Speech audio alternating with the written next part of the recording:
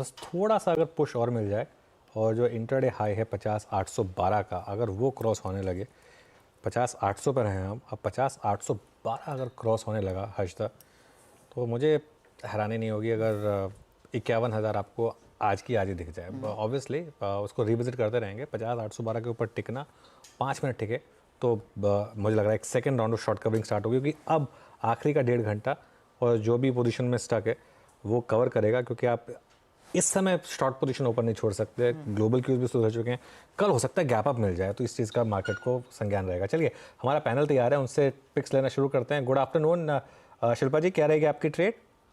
Good afternoon everyone. मेरा trade अभी रहेगा हैल में। हैल मुझे यहाँ पे बहुत स्ट्रॉन्ग लग रहा है। 4700 पे इसका अच्छा खासा सपोर्ट है, तो यही आपका स्टॉप लॉस रहेगा। टारगेट्स होंगे 4830 से लेके 4900 तक। मुझे लगता है हैल में स्ट्रेंथ है, मोमेंटम है, और ये बहुत क्विकली ये टारगेट्स अचीव कर सकता है।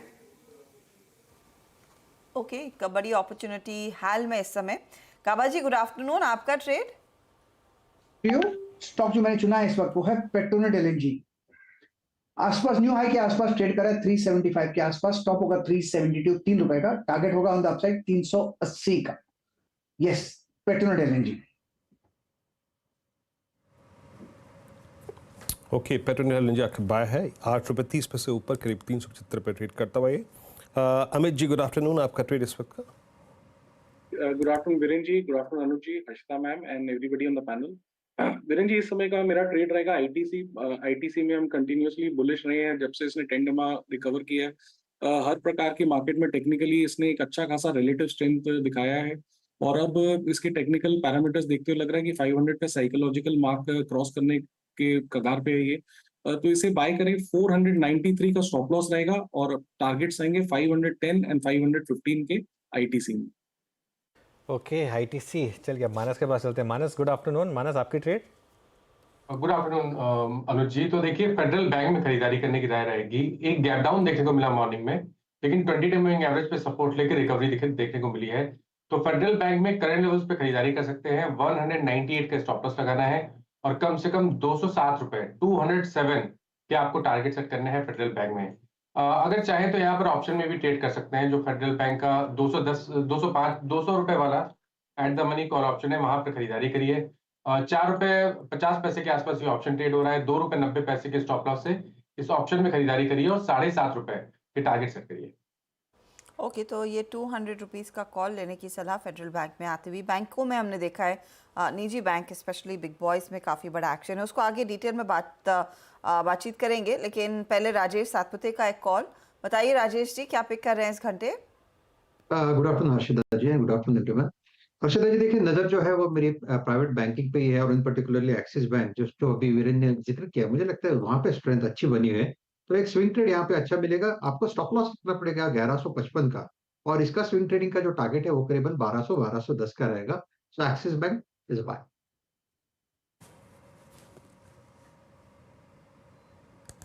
ओके, एक्सिस बैंक 1167 पे आपका एक बाय ट्रेड है। डे हाई पर आके ट्रेड करता हुआ। निफ्टी एक बार फिर से 24,481, 441 डे हाई पर आके ट्रेड करता हुआ। अनुज, ये मतलब हम जिस ऑल टाइम हाई की कल्पना कर रहे हैं, अब देखिए दोनों ही इंडस्ट्रीज ने, एक ने 100 पे, एक ने 50 पे बेस बनाया।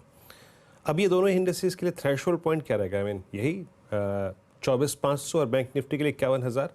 उसके बाद श्योर शॉट आई थिंक अपनी इन विनिंग ट्रेड्स पे थोड़ा सा एडिशन भी कर सकते हैं क्या?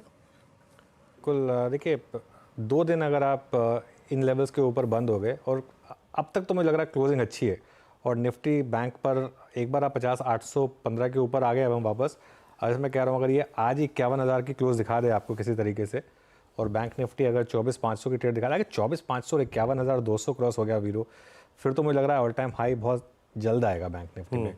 ईदर वे आपको स्टॉप लॉस के साथ काम करना है, कोई भी ट्रेड हो। लेकिन बिल्कुल, अगर 20 डेमा पे हॉल्ट नहीं हुआ, और लग रहा है निफ्टी तैयार नहीं है 20 डेमा पे हॉल्ट के लिए। फ्राइडे को हल्का सा पॉज मिला, फ्राइडे को हम गैप अप के साथ ही हमने उसको स्ट्राइक किया, उसके बाद उसको क्रॉस नहीं कर पाए थे। आज हम उसके ऊपर ट्रेड करने की कोशिश कर रहे हैं। अगर निकल गए और थोड़ा कुशन बना लिया, जैसे आपने बोला 24,500 अगर निकाल दिया, तो फिर मुझे लग रहा है कि फिर बड़ा मूव आएगा। और एक और चीज़ है, मार्केट ब्रेथ अच्छी है सब। खाली ऐसा नहीं है कि निफ्टी बैंक निफ्टी भागे हैं। सुबह से मिड कैप इंडेक्स में भी अच्छी रिकवरी आई है। सुबह मिड कैप इंडेक्स कितना नीचे था अगर आप देखिए, और वहाँ से भागा। पिछले पूरे हफ्ते मार्केट ब्रेड्थ अच्छी थी, ये एक और मेरा रीज़न था इस बुलिशनेस को लेकर। और कई बार ऐसे होता है जब बीरू हर्षिता, जब इस तरीके के फैक्टर आते हैं ना, वो अगर शुरू में उल्टा आपको नेगेटिवली इम्पैक्ट करें, इवेंचुअली वो आपको पॉजिटिवली इम्पैक्ट करते हैं, क्योंकि उस नेगेटिव इम्पैक्ट में शॉर्ट्स आ जाते हैं सिस्टम में। आज सुबह सुबह शॉर्ट्स आए होंगे सिस्टम में, और ये एक और कारण है कि अगर ये लेवल्स क्रॉस होने शुरू हुए तो आपको बाकी की शॉर्ट कवरिंग दिखाई देगी मार्केट में। अनुज, क्योंकि बैंकों का की चर्चा हो रही है, एचडीएफसी बैंक का कंस्ट्रिंग आज शाम को वो अनाउंसमेंट शेड्यूल है एमएससीआई की तरफ से। अब वो प्री पोजिशनिंग तो इसमें होनी थी। आप पिछले 3 ट्रेडिंग सेशंस देखिए, लोगों ने जमकर एचडीएफसी बैंक में पैसे लगाए हैं, लेकिन कुछ लोग ऐसे अभी भी बैठे होंगे जो हाथ लगाने से कतरा रहे हैं। क्या उनके लिए अब लास्ट मौका है? ये ऐसा हो सकता है कि हाथ से निकल जाए स्टॉक? नहीं, देखिए क्या होता है ना, दूध का जला छाछ भी फूंक फूंक कर पीता है ना। वो जब शेयर होल्डिंग पैटर्न आया था, मुझे अब तक याद है 1796 का इसने हाई लगाया था। 1796 का हाई लगाने के बाद क्वार्टरली अपडेट खराब आए और उसके बाद वो स्टॉक 200 रुपये गिर गया। तो आई थिंक बहुत लोग शायद अब भले ही वेट कर लेंगे, एमएससीआई वाला ये फैक्टर आ जाने देंगे। आई थिंक उसके बाद, क्योंकि कई बार होता है सेल ऑन न्यूज़, तो अब हर कोई एक्सपेक्ट कर रहा है कि एमएससीआई में वो आना है। 1794 का वो लेवल था, वो आना है, वो आ जाए। उसके बाद आई थिंक लोग एक फ्रेश कॉल लेंगे, क्योंकि इस स्टॉक में ना पिछले 1 साल में लोगों ने इतनी बार पैसा तोड़ा है ट्रेडिंग साइड में कि इस बार मुझे लग रहा है कि थोड़ा सा संभल के चलेंगे। बिल्कुल, और उसमें कोई बुराई भी नहीं है। इनफैक्ट पिछले एक हफ्ते का चार्ट दिखा दीजिएगा प्लीज डायरेक्टर साहब, जो हम प्री पोजिशनिंग की बात कर रहे हैं। पिछले हफ्ते जहां पर मार्केट्स के लिए आप कह सकते हैं थोड़ा सा कठोर हफ्ता रहा, एचडीएफसी बैंक में कंसिस्टेंटली हमने देखा है, जिस दिन मार्केट में अच्छी तेजी आई या फिर हल्की तेजी भी आई, बढ़त पर कारोबार देखने को मिला। इवेंचुअली वो 1% तक के गेंस, लेकिन ये एक स्ट्रॉन्ग पार्टिसिपेंट था थर्सडे और फ्राइडे में जो पुल बैक देखने को मिला, और आज भी दरअसल ये एक अच्छा खासा हिस्सा बना हुआ है। इनफैक्ट शरद, एचडीएफसी बैंक पर भी मैं आपसे व्यू लेना चाहूंगी, लेकिन इस घंटे के लिए आप क्या ट्रेड आइडेंटिफाई करके बैठे वो भी बताइए। फ्यूजन माइक्रो फाइनेंस हमें लगता है एक डिसेंट बेट होनी चाहिए। कंपनी ने रिसेंटली काफी बड़ी करेक्शन देखी है क्वार्टरली नंबर्स के बाद, खास करके पंजाब में बढ़ने वाले एनपीएस की वजह से। बट मुझे लगता है थोड़ा सा ओवरडन है। जो एक्सपेक्टेशन है कि ये जीएनपीएस मेंटेन होंगे ईयर एंड तक, अगले 2 क्वार्टर में हमें लगता है प्रूडेंस के हिसाब से कंपनी ने एक एडवांस प्रोविजनिंग वगैरह की है। पीसीआर ऑलरेडी 107% के आसपास हो गया है। तो मुझे लगता है अगले 2 क्वार्टर्स में हमें लगातार इसमें से इम्प्रूवमेंट देखने मिलेगी। तो अभी जो एक्सपेक्टेशन है कि जीएनपीएस मोस्ट प्रोबेबली एस्केलेट होंगे ईयर एंड तक, मुझे नहीं लगता कि ऑलरेडी 5-5.5% पे आ गए। वहां से और ज्यादा एस्केलेशन की गुंजाइश है। और 283 रुपए के आसपास की बुक वैल्यू अभी है। 25-30 रुपए इस साल के आसानी से ऐड हो जाने चाहिए। और उसके बाद जो लॉन्ग टर्म ट्रेजेक्टरी है वो काफी स्ट्रांग रहनी चाहिए। छोटी मध्यम वर्गीय महिलाओं को ज्यादातर कंपनी लोन देती है। ग्रैन्युलर लोन बुक है, लगभग क्वार्टरली 100-110 ब्रांचेस ऐड कर रहे हैं। जो कुछ प्रॉब्लमेटिक ब्रांचेस थी वहां से डिसबर्सल्स वगैरह उन्होंने रोके हैं। बट मुझे लगता है कि ये एक वन ऑफ क्वार्टर था। अगले क्वार्टर ऑनवर्ड्स हम लगातार एक इम्प्रूवमेंट देखेंगे, जिसका असर ऑब्वियसली नंबर्स पे भी आना चाहिए। तो 310 रुपए के आसपास की बुक वैल्यू अगले साल की होनी चाहिए। कंजर्वेटिवली 2 का मल्टीपल तो आसानी से मिल जाना चाहिए प्राइस टू बुक पे। तो मुझे लगता है 600-650 रुपए के लक्ष्य के हिसाब से फ्यूजन माइक्रो फाइनेंस से काफी बढ़िया बीट एंड डाउन बेट होनी चाहिए। मीनवाइल